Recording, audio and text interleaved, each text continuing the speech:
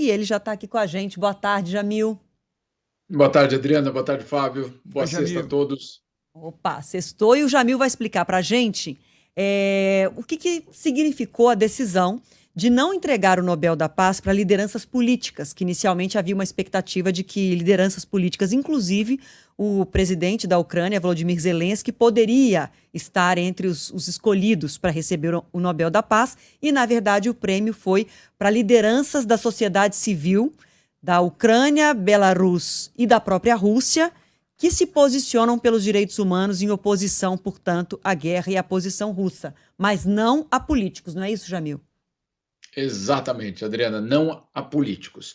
O Comitê do Nobel, ele tem uma certa experiência já, né? São vários anos, eu diria várias décadas dando esse prêmio e aprenderam uma lição muito dura, na verdade, ao longo dos anos.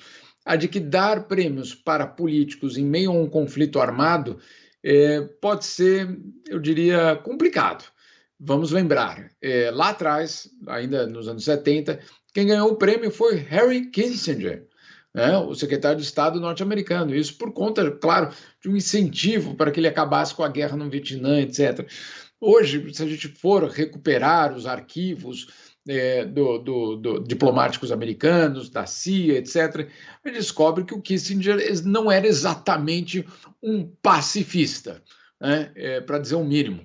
Então, você tem aí, obviamente, um constrangimento muito grande em relação a dar prêmios para políticos. Mas o Nobel, Adriana, é um prêmio político. A paz é um ato político. Então, não adianta você dizer, não, aqui nós não falamos de política. Claro que falam, 100% falam de política. E aí, qual era o grande desafio do comitê? De encontrar justamente uma forma de lidar com a guerra na Ucrânia, porque não só a guerra na Ucrânia, mas a repressão também na Rússia, porque esse é o maior desafio, a paz mundial neste momento, e aí sem passar justamente por essa armadilha justamente dos políticos. Aí o que fez o Prêmio Nobel? Deu uma volta, deu um drible, continuou colocando o tema da Ucrânia, continuou colocando o tema da Rússia e Belarus dentro da história, mas indo justamente presentear, ou pelo menos homenagear a sociedade civil, que no fundo, Adriana, são os verdadeiros heróis de qualquer história, de qualquer guerra, de qualquer situação de repressão. São eles que vão ali coletar dados, lutar no sentido da defesa dos direitos humanos, sem nenhum tipo de arma, sem nenhum exército blindando esses ativistas de direitos humanos. Tanto assim que um deles, por exemplo, o de Belarus, está na prisão, né? E prisão perpétua, pelo menos essa é a condenação.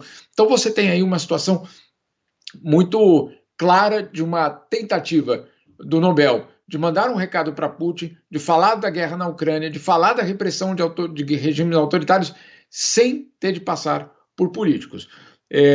Muita gente aplaudiu isso aqui na Europa, viu, Adriana? Agora, quem não gostou foi o governo ucraniano, o que, sinceramente, dá pena, no fundo, porque você não pede um prêmio Nobel, né? Você não critica uma entidade da sociedade civil do seu próprio país que tenha recebido, dizendo que talvez você teria merecido mais do que eles. Me dá um pouco de... né? Eu acho que é um pouco de um constrangimento isso, você fazer um pedido ou pelo menos reclamar que você não ganhou um prêmio Nobel. Se a pessoa está trabalhando pelo prêmio, daí você entende a cobrança, né? Agora, quem está trabalhando efetivamente pela paz não está nem pensando no prêmio. Essa é a verdade. Se a pessoa se no dia a dia propõe a conquistar a paz, ela não está pensando no prêmio. O prêmio é uma consequência histórica lá na frente, né? Agora, falar agora, com a guerra em curso, que é injusto que o prêmio teria que ter ido para o Volodymyr Zelensky, para o governo da Ucrânia, é a busca do holofote também, muito além da conta. A gente já conversou disso aqui antes, né? Daí eu concordo contigo plenamente. Tem um aspecto importante, como você colocou, justamente o Comitê do Nobel, ele não premia quem ocupa o palco, ele premia quem, obviamente, luta pela paz. Né? Você poderia dizer, não, mas o presidente da Ucrânia está ali resistindo. Ele está resistindo, mas isso não significa que ele seja o ator principal por exemplo, da questão justamente das vítimas. Não há uma clareza, pelo menos aqui na Europa. Sim, todos apoiam ele, porque a forma de você apoiar justamente a integridade territorial da Ucrânia, mas não necessariamente signifique que ele seja o maior merecedor do prêmio da paz. Vou te dar um outro exemplo. Os comitês da ONU começaram a fazer as investigações sobre os crimes na Ucrânia, os crimes, claro, da invasão russa na Ucrânia.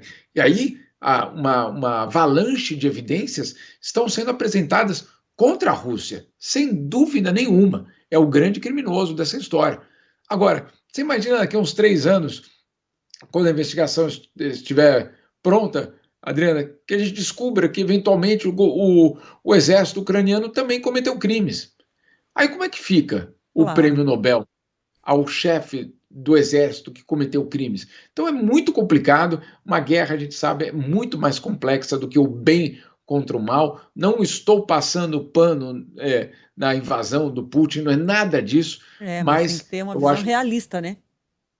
Eu acho que, no fundo, o Nobel dessa vez foi inteligente em escapar da armadilha de dar prêmios para políticos e foi para a sociedade civil, que é justamente aonde estão os verdadeiros heróis. Tá certo, Jamil. Um final de semana de paz para você, viu? Seguimos juntos. Até segunda. A todos nós, Adriana. A gente merece. Obrigada. Valeu, Jamil.